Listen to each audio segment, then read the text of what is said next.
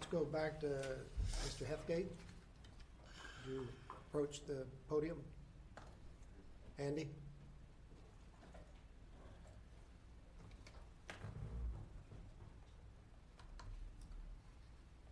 Thank you for giving me the time.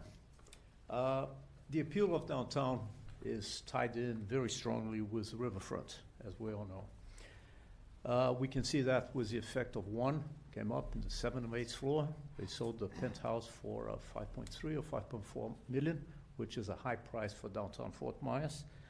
I personally sold one there, and I sold a couple in Prima Luce, and I bought the units for myself, just as a disclosure.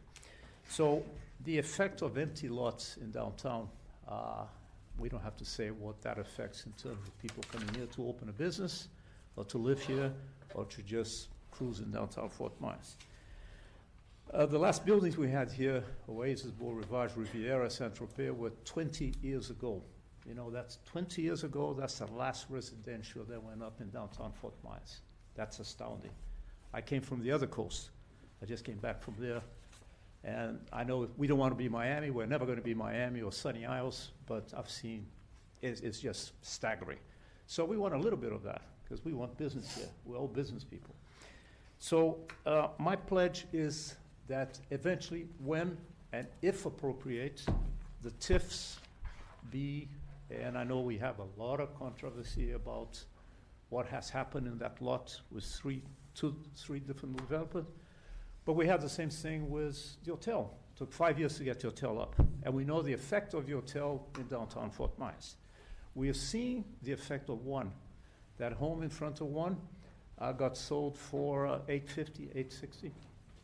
It would never get sold if they didn't have that high rise right in front. So my pledge here is that the city looks, when appropriate again, I know there's several steps that have to go through, that we get something done in that lot. And we have a builder. They're good or bad. I'm not defending anyone here. I'm just looking at the market. He built the last buildings we had here, residential. So please take that in consideration when the time is appropriate. Thank you. Thank you, sir. I'll call the next person down, Ms. Davison.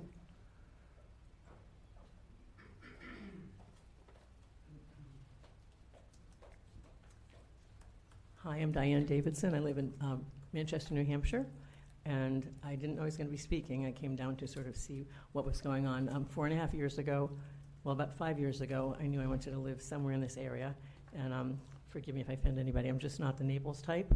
I was a pioneer in the South End in Boston. I love the diversity, and so we came down in December of whatever that year is, 21, and fell in love with Fort Myers, and we stayed at the Luminary, love it there, and we put a deposit down in Prima Luce. And it's meant to be our retirement home. We've stuck with it, despite half of our deposit being used to build the new units. Anyway, I'm in love with this city. I spent lots of time here. We bought a little condo next to it, thinking that we could use I'm going to probably go over time. So we could use the pier. We have a pontoon, an old people's boat up in New Hampshire. We're on a river there. And so anyway, we bought it. I just sold it at quite a loss because of where the market's gone. But it just didn't seem like we needed it, and I wasn't spending enough time here to justify it. Also a Red Sox fan, by the way, so love. Just everything about this city I love. And I don't really understand. I know what CRA is. I've been in real estate for 47 years, but I don't understand the logistics or the things that have to happen in what sequence in order for that to either be continued or granted. It sounds like continued. We received an email from Robert McFarland talking about the necessity of coming to this meeting. I didn't know it was to get on the docket on the agenda for the next meeting, which I'll probably come down for, because it's really, really important to me. And it's important that this city, from what I understand, the revitalization of the city, I mean, I'm seeing the during and after of it, and I applaud I applaud when that happens in any urban environment, because I've been part of it in northern cities. Anyhow, that's it. I really hope that whatever needs to be done, it's been a scary roller coaster for a lot of us, and I hope whatever needs to be done is done, because it is, as the gentleman who just spoke said, it's an amazing improvement for this. It just continues the revitalization, and I applaud you for what you've done so far. Thank you. Thank you, Ms. Davison. And our last speaker is Jeff Davis, also speaking on pre-Maluche. Hi, my name is Jeff Davis, and I'm also, unfortunately, one of the Cra Meeting investors. So I just came here today to speak on our behalf to let you all know how much we are counting on this TIF to be recognized as intact or continued. There are, my understanding is, 100 or so of us who have invested in this, and it has absolutely been, traumatic. We are normal people. We're not like Wall Street investors who can just write off, our losses in this. I mean, people's lives, if this doesn't get built, will be devastated, and I am one of those people. My personal story is that I moved here about 7 years ago from California. I came to visit my parents who had retired in Naples, and my mom was suffering from Alzheimer's at the time. I came to visit and saw how unmanageable she was, and my dad had been taking care of her for years, and it was just time to put her into memory care. And so I told my dad, it's okay, we can, it's time.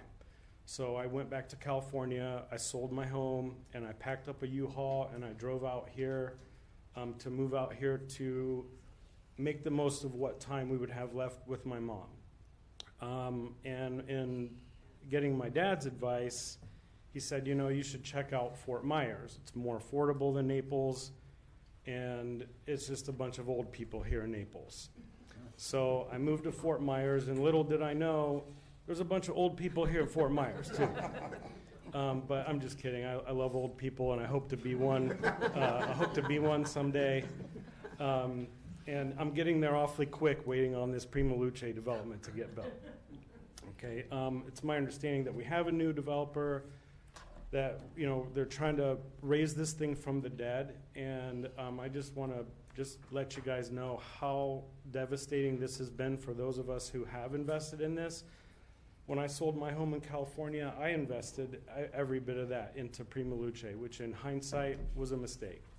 I will probably never again invest in pre-construction, and I probably should have only put the minimum amount down, but I have everything in this, and will be personally, financially ruined if this does not get built. And there are, like I said, we're normal people. I mean, there's teachers, people with modest jobs and modest incomes that, people's retirement plans have been thwarted because of this. And so just here to try to say whatever I can to convince you guys how important this is to recognize this TIF grant as being intact and to continue. Thank you. Thank you, Mr. Davis. Is this coming up on a future agenda? I believe Mr. Shepherd has a statement. Okay. Mr. Shepherd. Yeah, I mean, yes, sir. So I don't think it will be coming up on a future agenda unless something changes. And the reason is that the original developer default is uncurable. There is no way they can fix what is wrong. And so what is attempted to being done, or at least being discussed, is to bring back a deal that is literally not on life support. It's dead because it can't be resurrected, because the developer who was in default can't cure the default because they don't have site control, which is a fundamental element of this grant. And this all assumes that this would have been a legal grant to start with, and that's a problem. So it would not be the intention of staff to bring it back before the council or the board in the future unless otherwise directed, because there's nothing to bring back. It's being touted as this is a successor developer, but it's nothing like that. And so, short answer, no, unless something drastically changes, it will not be brought back. May I speak again? Let me read the privilege of the council, the commissioners.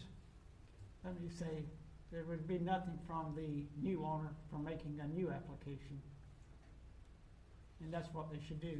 That's The new accurate. owners should make a new application, and if accepted, then these people can be made whole. But you can't you cannot resurrect something that went into foreclosure and transferred ownership. So the new owner needs to make a new application, and then we'll consider it. Mr. Attorney, speaking to you. Yes, sir. Two attorneys here, more than could you write a one-page brief on this and give us the background and the status of it is, and commission, and circulate it with all Yes, the sir. commissioners? Yes, sir, I absolutely can. A notice of default was sent back in, sometime last year. It was received, no corrections, no cures were implemented, not that they frankly were expected because of the position that the developer was in at that point. And that's where we are until this new person attempting to buy this deal out of foreclosure, I suppose, got involved. But they're trying to resurrect a deal that under current law would not be legal to start with. And so it's not resurrectable because of default. It's also not resurrectable because under your current policy and under your current guidelines, at least as if it's as the original structure, it wouldn't get through the application phase because they'd have to put down how they comply with the statute as a legal expenditure of TIF, and that's not something that can be done in this case.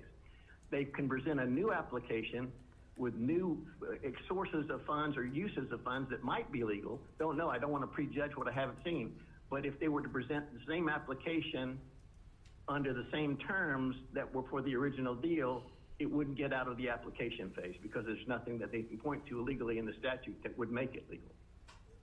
Commissioner Burson, that's what you referred to. Correct. Okay. We'll close this topic out. No action needed. I would recommend to the board that we send a notice of termination out to officially close this out all the way. That completely kills that old contract that is under the old law and not compliant with the new law. That will stop this from ever coming back to the board again. So until a new application comes before the board. Well, we need to protect the investors as well, but It's not our responsibility. As stated, the investors, their agreements were with Prima Luce. Yeah. Our agreement is with Prima Luce. We have no agreement with the new developer. So at this point, the only role that we play is through that agreement with the development with Prima Luce.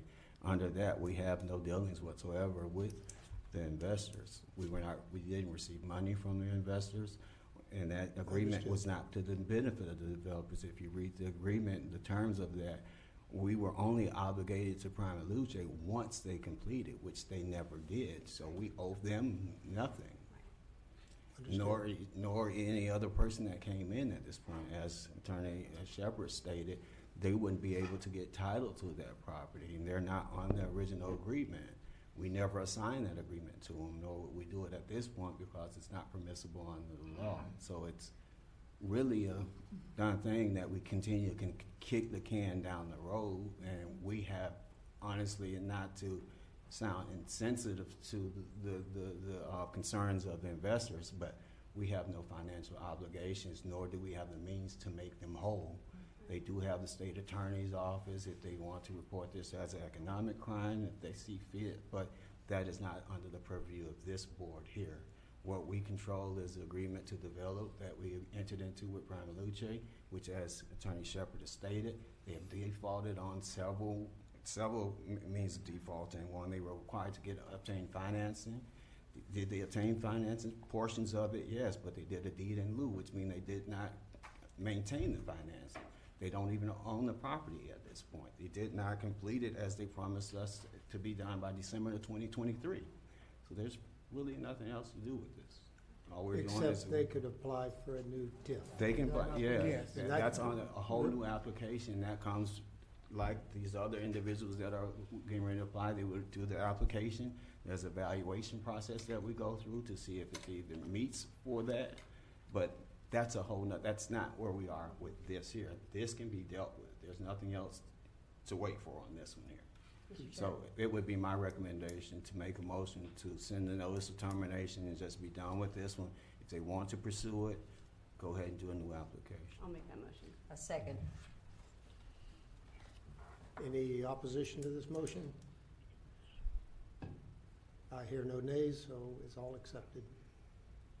And I'd like to, one of our commissioners here is an expert in real estate, and I lean on him greatly on these matters, as we all are experts in something, engineering and architecture and security. We need to listen to each other and respect each other's opinions. So, Mr. Burson, accept your advice, and let's see what happens in the future.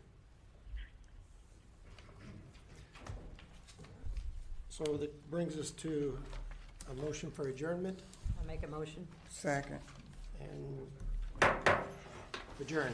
Thank you.